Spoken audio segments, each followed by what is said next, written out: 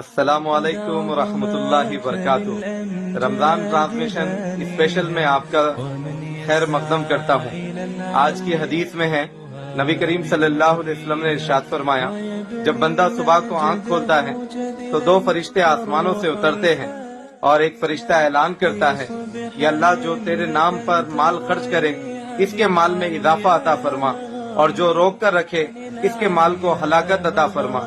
یاد رکھیے، رمضان لٹانے کا مہینہ، رمضان اللہ کے راہ میں خرچ کرنے کا مہینہ، رمضان غریبوں، یتیموں، بیواؤں اور اسیروں کو دینے کا مہینہ، رمضان مدرسوں کے اوپر اپنے مال کو امداد کا مہینہ، مدرسوں کے اوپر لگانے کا مہینہ۔